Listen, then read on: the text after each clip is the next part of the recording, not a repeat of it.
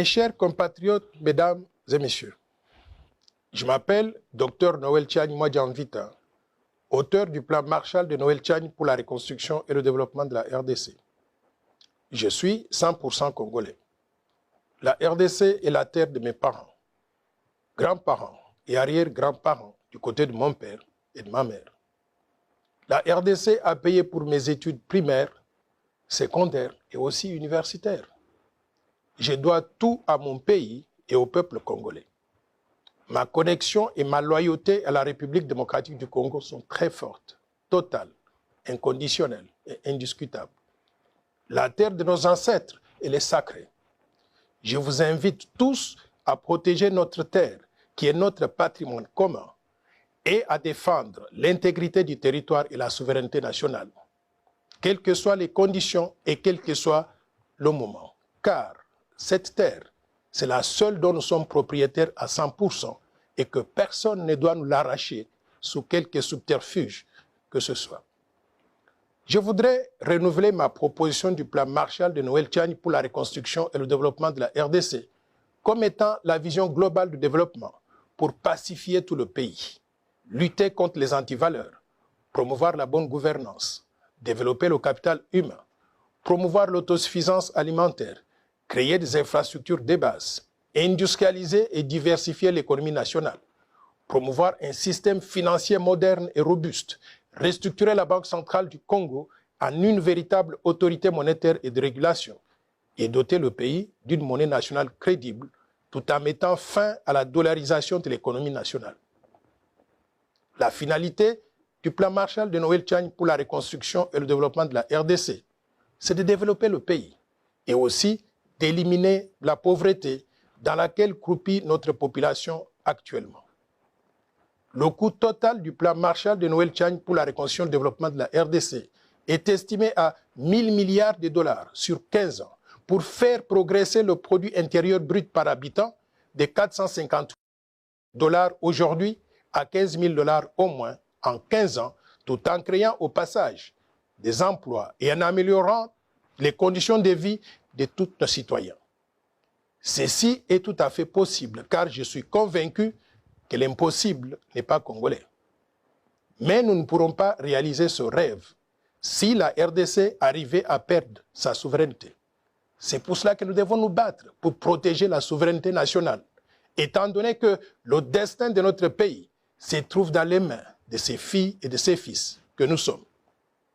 Pour préserver la souveraineté nationale, je propose que la fonction de président de la République démocratique du Congo soit réservée aux Congolais nés de mère et père congolais. La suite logique du verrouillage de l'accès à la présidence exige la même portée de la nationalité au dauphin constitutionnel du président de la République, c'est-à-dire le président du Sénat congolais. Le verrouillage doit aussi couvrir quelques postes de souveraineté nationale, qui sont le président de l'Assemblée nationale, le haut commandement militaire, le haut commandement du commissariat général de la police nationale, le directeur général des migrations, connu communément comme étant la DGM, l'administrateur général de l'Agence nationale des renseignements, connu comme étant l'ANER, les hauts magistrats de la République, le Premier ministre et les ministres régaliens, c'est-à-dire les affaires étrangères, l'intérieur, la défense, la justice et les finances. Beaucoup de compatriotes ont déjà compris les enjeux du fait de l'infiltration au sommet de l'État depuis plusieurs décennies dans notre pays. Ces compatriotes soutiennent ma position de verrouillage. Mais comme il faut s'y attendre dans une démocratie naissante, quelques compatriotes s'y opposent en avançant comme argument, d'une part, que la loi proposée serait discriminatoire parce qu'elle écarterait une partie des Congolais et certains candidats potentiels aux élections de 2023. Mais d'autre part, qu'il y a des sujets beaucoup plus importants et plus urgents sur lesquels on devrait s'attarder, notamment la misère dans laquelle croupit la population congolaise actuellement. C'est pour faire face à ces questions de pauvreté et de misère que j'ai proposé le plan Marshall, dont je venais de vous parler tout à l'heure.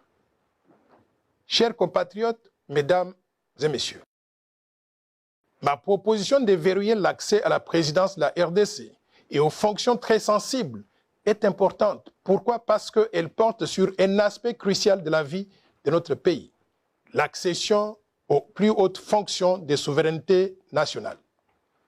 Ma proposition de loi ne porte pas sur les conditions d'acquisition de la nationalité congolaise ou sur les modifications de ces conditions d'acquisition de la nationalité congolaise. Ma proposition ne changerait donc rien quant à la nationalité de ceux qui sont déjà congolais actuellement. Je voudrais vous parler d'un article important de la Constitution qui parle de ces questions de nationalité.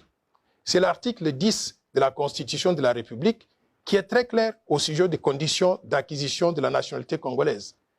Cet article stipule ce qui suit. La nationalité congolaise est une et exclusive. Elle ne peut être détenue concurremment avec aucune autre. La nationalité congolaise est soit d'origine, soit d'acquisition individuelle.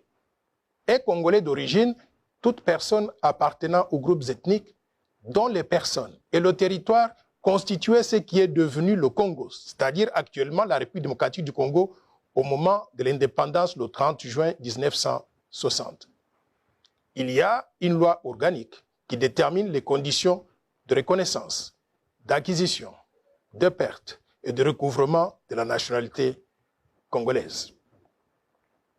Mes chers compatriotes, mesdames et messieurs, je propose aussi que les révisions prochaines de la Constitution de la République démocratique du Congo permettent aux Congolais ayant acquis de nationalités étrangères de recouvrer la nationalité congolaise d'origine, que personne ne doit perdre.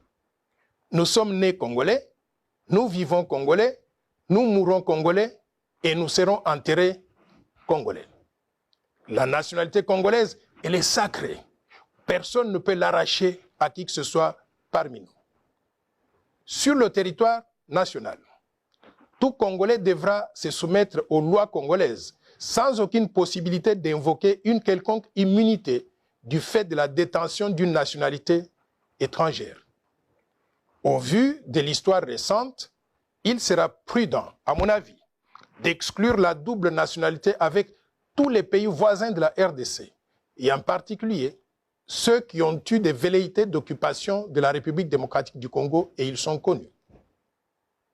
Chers compatriotes, mesdames et messieurs, depuis 1996, les armées du Rwanda, du Burundi et de l'Ouganda ont été rejointes sur le sol congolais par celles de Zimbabwe, de la Namibie, de l'Angola et de tous les pays du monde venus dans le cadre des opérations de maintien de la paix avec la MONUC d'abord et plus tard avec la MONUSCO.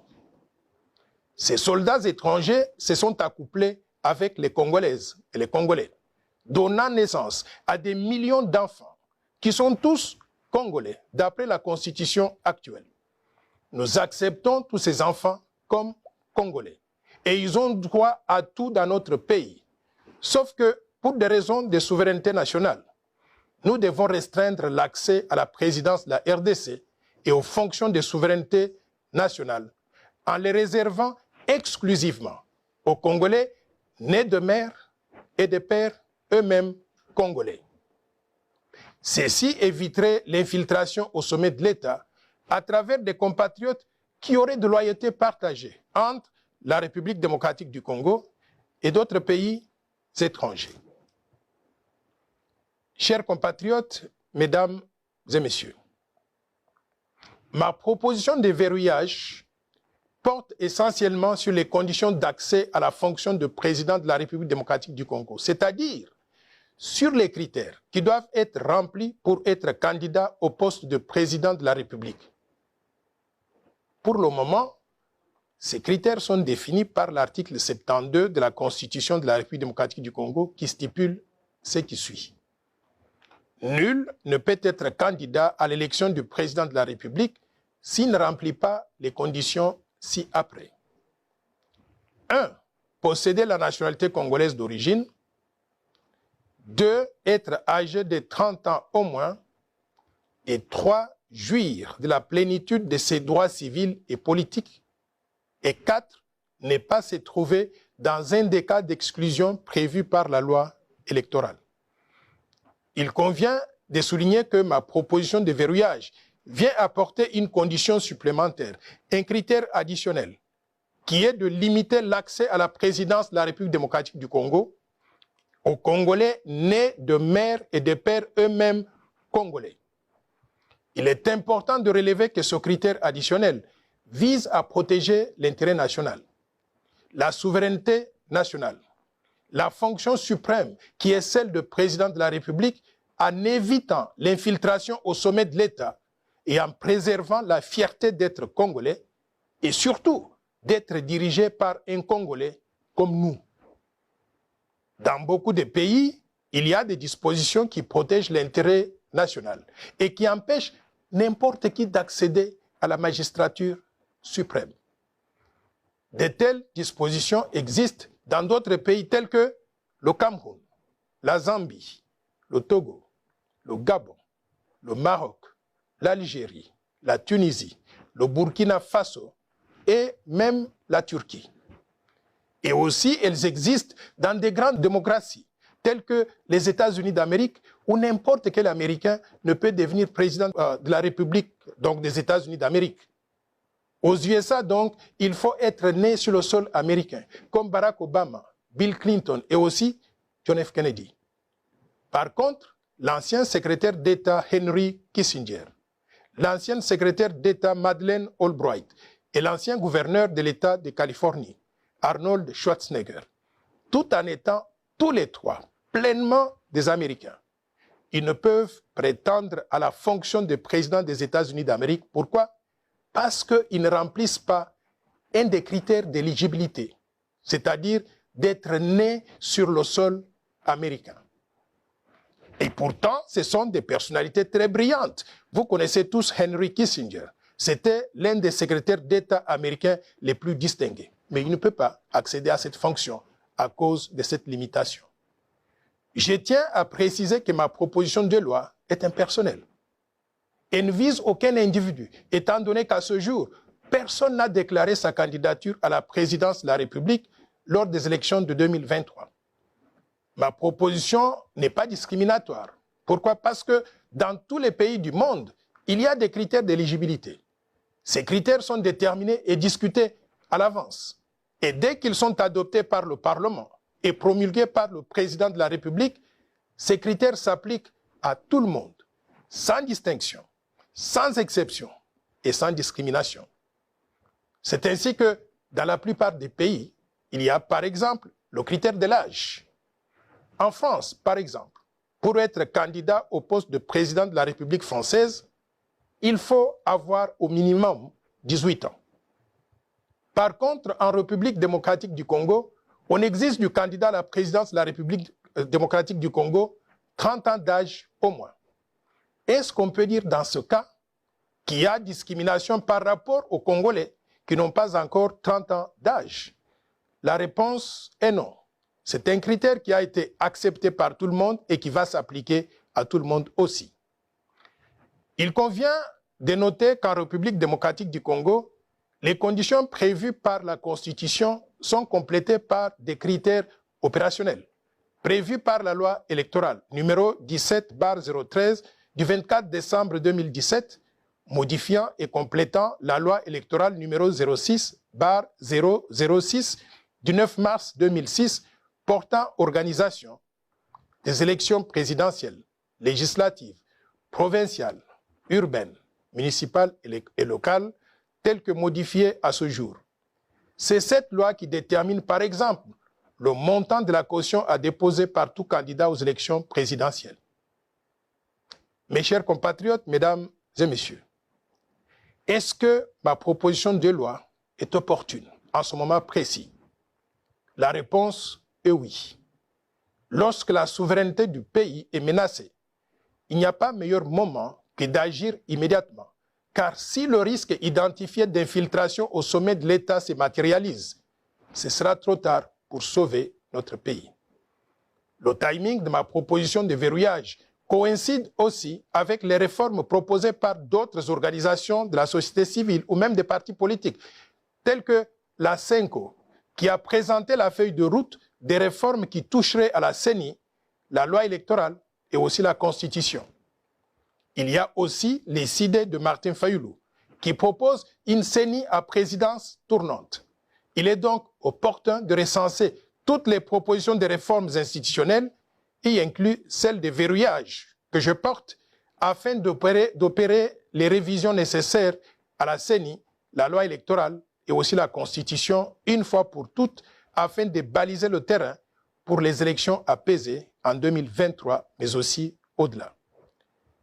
Mes chers compatriotes, mesdames et messieurs, je vous invite tous à participer à ce débat d'idées, de façon civilisée et patriotique, sans insulte ni dénigrement, dans le respect de la dignité de chacun, pour contribuer à un climat de paix et d'élections apaisées dans notre pays.